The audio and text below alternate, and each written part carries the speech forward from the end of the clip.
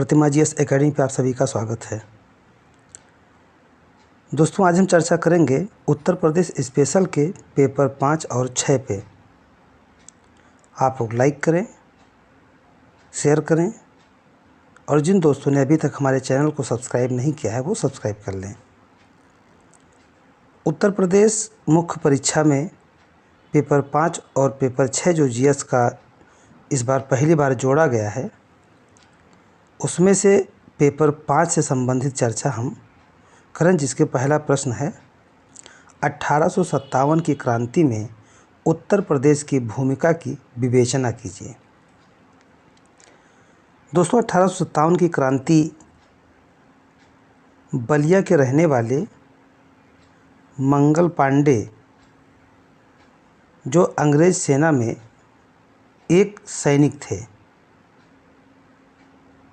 उनके क्रांतिकारी रवैये के वजह से इसकी भूमिका तैयार हुई थी और फिर 1857 की एक महान क्रांति के रूप में सामने आया था। 1857 की क्रांति में उत्तर प्रदेश की भूमिका पर विवेचना करना है, तो यहाँ पे 1857 की क्रांति की पृष्ठभूमि कैसे तैयार हुई, इस पर विचार करना है। उसके बाद उत्तर प्रदेश के किन किन शहरों में और किसके नेतृत्व में इसको संचालित किया गया, उस पर चर्चा करनी है और उसके बाद में इस पर संयुक्त व्याख्यान देते हुए उत्तर को समाप्त करना है। तो शुरुआत कैसे करनी है? उत्तर प्रदेश 1857 की क्रांति, जो ब्रिटिश ईस्ट इंडिया कंपनी के शासन के खिलाफ भारत में एक प्रमुख विद्रोह था, का एक प्रमुख केंद्र था, क्योंकि यह ब्रिटिश क्राउन की ओर से एक संप्रभु शक्ति के रूप में कार्य करता था। दोस्तों, यहाँ पे उत्तर प्रदेश 57 की क्रांति के बाद कॉमा लगा हुआ है और साथ ही साथ ईस्ट इंडिया कंपनी के शासन के खिलाफ एक प्रमुख विद्रोह था, यहाँ भी कॉमा लगा हुआ है। कॉमा लगने से इसका मतलब ये होता है कि एक सेंटेंस जिसे आप कहना चाहते हैं उसके बीच में यदि कोई किंतु परंतु लगना है तो उसे आप बताते हुए आगे चलेंगे, यानी उदाहरण स्वरूप चलेंगे। अनुच्छेद बदलकर, इस विद्रोह की शुरुआत 10 मई 1857 को मेरठ में हुई थी।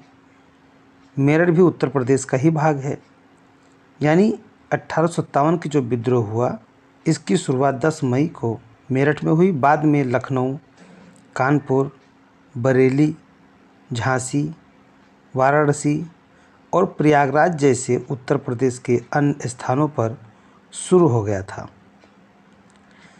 जहां रानी लक्ष्मीबाई ने झांसी में इस विद्रोह का नेतृत्व किया था, वहीं नाना साहिब और तात्या टोपे ने कानपुर में अंग्रेज़ों को चुनौती दी थी।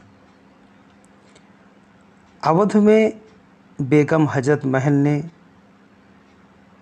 की बेगम हजरत महल ने लखनऊ में नेतृत्व किया और अन्य स्थानों पर नेतृत्व मौलवी लियाकत अली इलाहाबाद, मौलवी अहमदुल्ला फैजाबाद, खान बहादुर खान बरेली में,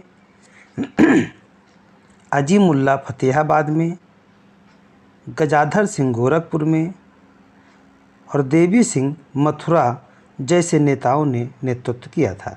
अब यहाँ पे ध्यान ये देना है कि मुख्य परीक्षा की तैयारी करने का फ़ायदा ये होता है कि आपकी प्रारंभिक परीक्षा और मजबूत होती चली जाती है तैयारी के दौर पे।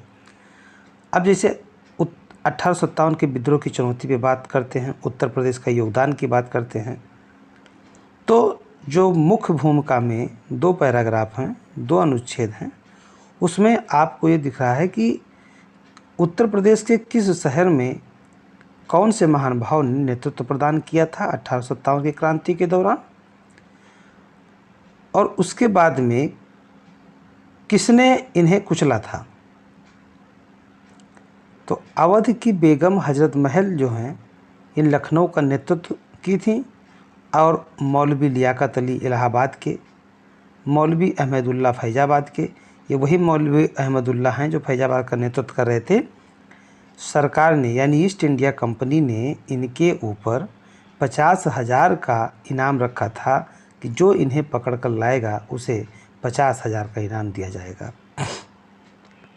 खान बहादुर खान ये बरेली के नेतृत्व करता थे और साथ ही साथ जब ईस्ट इंडिया कंपनी जब के खिलाफ ये लोग विद्रोह किए और दिल्ली पहुंच गए थे तो वहां पर बहादुर शाह जफर को जब अपना नेतृत्व स्वीकार करने के लिए कहा गया था तो खान बहादुर खान को ही सेनापति के तौर पर रखा गया था और बख्त खान भी एक थे।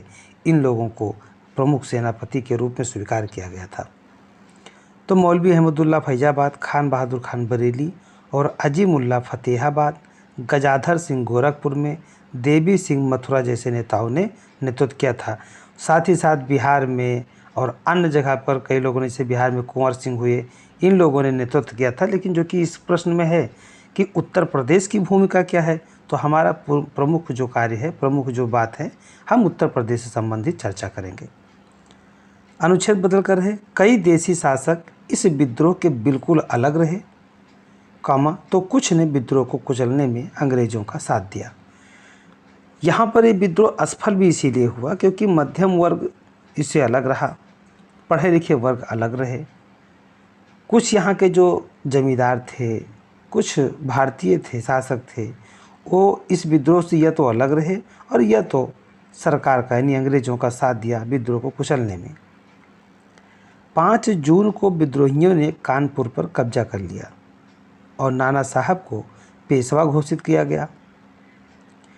कानपुर, झांसी, मेरठ ये सब ऐसे केंद्र थे जिन्होंने, जिसे बलिया, तो ये सब एक ऐसे क्षेत्र थे जहाँ पर विद्रोहियों ने अपनी सशक्त प्रस्तुति दी थी, लेकिन जो कि एक संगठनात्मक अभाव होने के कारण, नेतृत्व का जो भविष्य कैसा होगा उसके सोच के अभाव के कारण 1857 का जो विद्रोह था वो विद्रोह उतना सफल नहीं हो सका।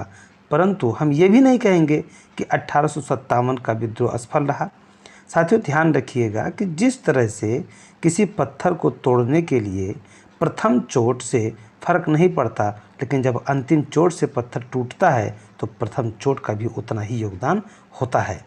तो 1857 के विद्रोह से हम ये नहीं कह सकते कि एकदम स्वतंत्रता में मिल गई, लेकिन जब इसके 100 साल बाद हमें 90 साल बाद स्वतंत्रता मिला तो कहीं ना कहीं 1857 का विद्रोह में भी योगदान जरूर रहा। 5 जून को विद्रोहियों ने कानपुर पर कब्जा कर लिया। नाना साहब को पेशवा घोषित किया गया, रानी लक्ष्मीबाई को झांसी का शासक घोषित किया गया और खान बहादुर खान को बरेली का नवाब बनाया गया।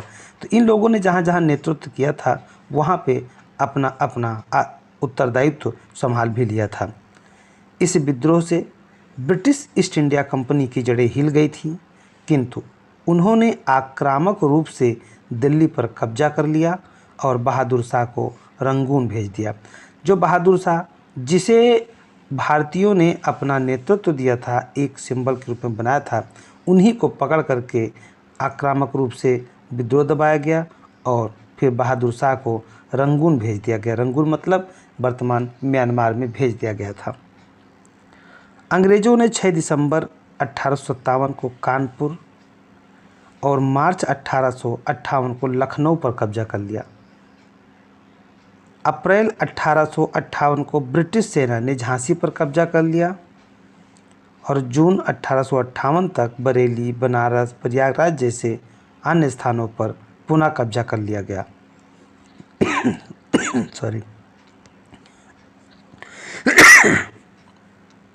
जुलाई 1858 तक इस विद्रोह को पूरी तरह से दबा दिया गया। यानी कि जहाँ जहाँ विद्रोह का जिस तरह से आकार फैला था, अंग्रेज़ों ने उसे भारतीय शासकों के मदद से उसे फिर दबा दिया गया। 1857 का विद्रोह भारत में ब्रिटिश शासन के इतिहास में एक अभूतपूर्व घटना थी। उत्तर प्रदेश ने इसमें अग्रणी भूमिका निभाई। ये आप इतना निष्कर्ष में कहते हुए प्रश्न के उत्तर को समाप्त करेंगे। धन्यवाद। जय हिंद, जय भारत।